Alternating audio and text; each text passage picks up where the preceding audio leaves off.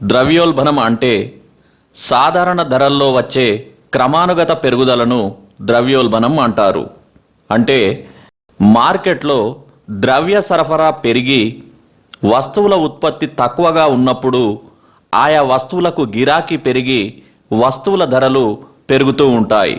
అంటే మార్కెట్లో ఉన్న కొన్ని వస్తువులను అతి ఎక్కువ ద్రవ్య సరఫరా వెంటాడుతూ ఉంటుంది. ద్రవ్యం అనగా డబ్బు. ద్రవ్యోల్బణ సమయంలో ద్రవ్య సరఫరా ఎక్కువగా, వస్తువుల ఉత్పత్తి తక్కువగా ఉంటుంది.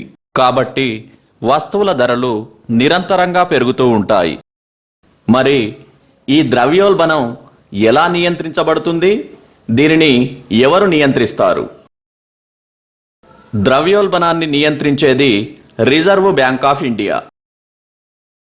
భారత బ్యాంకింగ్ వ్యవస్థ నియంత్రణకు అతిపెద్ద బ్యాంకు ఈ ఆర్బీఐ. అత్యున్నత స్థాయిలో విధానాలను రూపొందించి వాటిని అమలు చేసి తద్వారా ద్రవ్య పరపతిని నియంత్రించడానికి అత్యంత ముఖ్యమైన సాధనం ఆర్బీఐ. ఇది మిగతా కమర్షియల్ బ్యాంకుల రిజర్వ్ ద్రవ్యాన్ని తన వద్ద ఉంచుకుంటుంది. కాబట్టి దీన్ని రిజర్వ్ బ్యాంక్ అంటారు. దీన్నే బ్యాంకులకు బ్యాంకు అని లేక కేంద్ర బ్యాంకు అని కూడా అంటారు. ఇది 1935లో ఆర్బీఐ చట్టం 1934 ప్రకారం అంబేద్కర్ మానస పుత్రికగా ఏర్పడింది. అయితే అప్పుడు ప్రైవేటు ప్రభుత్వ భాగస్వామ్యంలో ఉండేది. 1949లో ఆర్బీఐని జాతీయం చేసినప్పుడు ఇది పూర్తిగా ప్రభుత్వ ఆధీనంలోకి వచ్చింది. మొత్తం పరిపాలన కేంద్ర బోర్డు డైరెక్టర్ల పర్యవేక్షణలో ఆర్బీఐ చైర్మన్ ఆధ్వర్యంలో నడుస్తుంది. చెన్నై, ముంబై, కోల్కతా, న్యూఢిల్లీ వంటి 4 ప్రాంతీయ కార్యాలయాలు కూడా పరిపాలనలో కీలక పాత్ర వహిస్తాయి. ద్రవ్యోల్బణాన్ని నియంత్రించడానికి ఆర్బీఐ ప్రధానంగా ఈ 4 చర్యలు తీసుకుంటుంది. 1 మానిటరీ చర్యలు, 2 విత్త చర్యలు, 3 వాణిజ్య చర్యలు, 4 పరిపాలనా చర్యలు. మానిటరీ చర్యల్లో మొదటిది పరపతి నియంత్రణ. దీన్ని ఆర్బీఐ చేపడుతుంది. ఆర్బీఐ తన వడ్డీ రేట్లను పెంచడం, తగ్గించడం ద్వారా మార్కెట్లో ద్రవ్య సరఫరాను నియంత్రిస్తుంది. తద్వారా ఆ ద్రవ్య సరఫరా తగ్గి మార్కెట్లో వస్తువులకు గిరాకీ తగ్గి ద్రవ్యోల్బణం అదుపులోకి వస్తుంది. 2012 నుంచి ఉర్జిత్ పటేల్ సిఫారసుల మేరకు వినియోగదారుల సూచీని ఆధారంగా చేసుకొని ఆర్బీఐ ఈ పరపతి నియంత్రణ చర్యలు చేపడుతుంది. అంతకుముందు టోకు ధరల సూచీ ఆధారంగా చేపట్టేవారు. ఇక దీంట్లో రెండవది పెద్ద నోట్ల రద్దు. పెద్ద నోట్ల రద్దు అంటే మార్కెట్లో ఉన్న 500 రూపాయలు, 1000 రూపాయల నోట్లను చెల్లకుండా చేయడం. దీనివల్ల ఆయా పెద్ద నోట్లు తగ్గి మార్కెట్లో ద్రవ్య సరఫరా పడిపోతుంది. తద్వారా ద్రవ్యోల్బణం అదుపులోకి వస్తుంది. ఇలాంటి చర్యలు కేవలం చివరి అస్త్రంగా మాత్రమే వాడాలి. లేకుంటే ఆర్థిక వ్యవస్థలో స్థిరత్వం లోపించి ఎకానమీ చిన్నాభిన్నం అవుతుంది. మానిటరీ చర్యల్లో మూడవది కొత్త కరెన్సీని విడుదల చేయడం. మార్కెట్లో ఉన్న మొత్తం ద్రవ్య సరఫరాను రద్దు చేసి కొత్త కరెన్సీ ప్రవేశపెట్టడం మరొక మార్గం. ఇందులో భాగంగా పెద్ద నోట్లను చిన్న చిన్న భాగాలుగా చేసి విడుదల చేస్తారు. ఉదాహరణకు 100 రూపాయల కరెన్సీ నోట్లను రూపాయి నోట్లుగా మార్చి విడుదల చేస్తారు. దానివల్ల ద్రవ్య సరఫరా 1/100వ వంతుకు తగ్గిపోతుంది. ఈ చర్య కూడా చాలా అసాధారణ పరిస్థితుల్లో మాత్రమే చేపట్టాలి.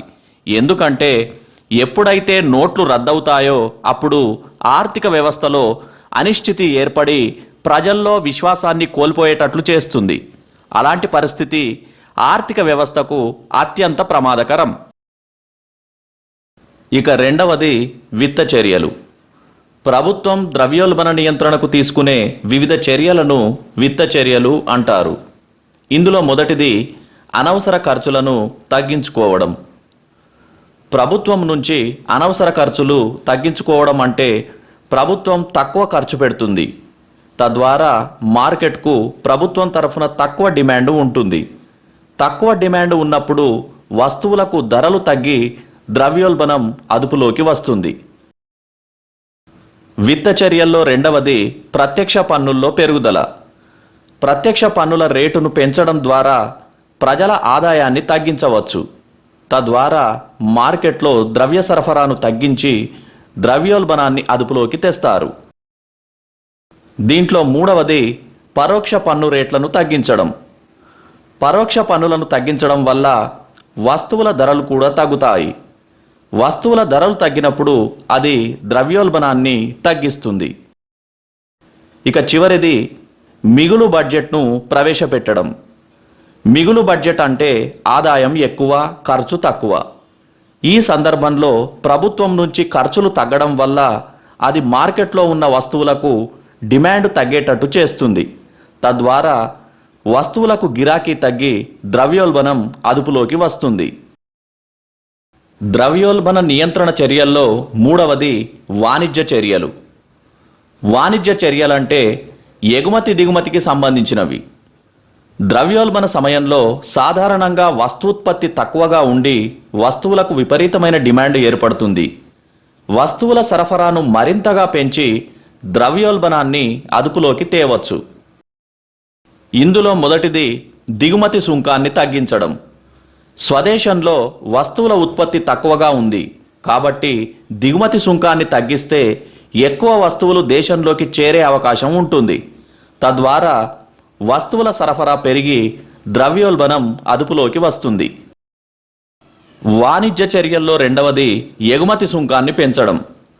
ఇదివరకే వస్తువులకు విపరీతమైన గిరాకీ ఉన్నందున వస్తువులను ఎగుమతి చేస్తే మరింత కొరత ఏర్పడే ప్రమాదం ఉంటుంది. కాబట్టి ఎగుమతి సుంకాన్ని పెంచి ఎగుమతులను నియంత్రిస్తారు. ఇక చివరిది నాలుగవది పరిపాలనా చర్యలు. దీంట్లో మొదటిది జీతాలను హేతుబద్ధీకరించడం. ప్రభుత్వం ఇచ్చే జీతాలను హేతుబద్ధీకరించడం వల్ల అంటే తగ్గించడం వల్ల ప్రజల వద్ద ద్రవ్య సరఫరా తగ్గి వస్తువులకు గిరాకీ తగ్గుతుంది.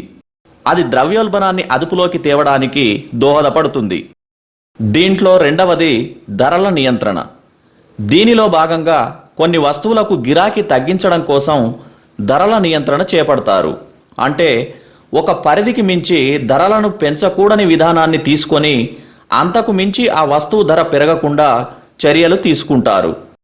ఈ విధంగా ప్రభుత్వము మరియు ఆర్బీఐ కలిసి ద్రవ్యోల్బణాన్ని వివిధ రకాల చర్యల ద్వారా నియంత్రిస్తారు.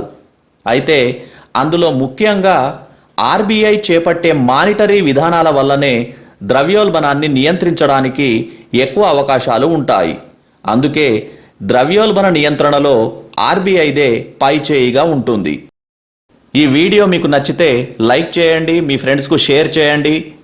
కింద ఉన్న రెడ్ కలర్ బటన్తో సబ్స్క్రైబ్ చేసుకోండి. సబ్స్క్రైబ్ చేసుకున్నాక ఇక్కడ కనిపించే బెల్ సింబల్ను టిక్ చేస్తేనే నేను కొత్త వీడియో అప్లోడ్ చేసినప్పుడు మీకు నోటిఫికేషన్స్ వస్తాయి. Thank you.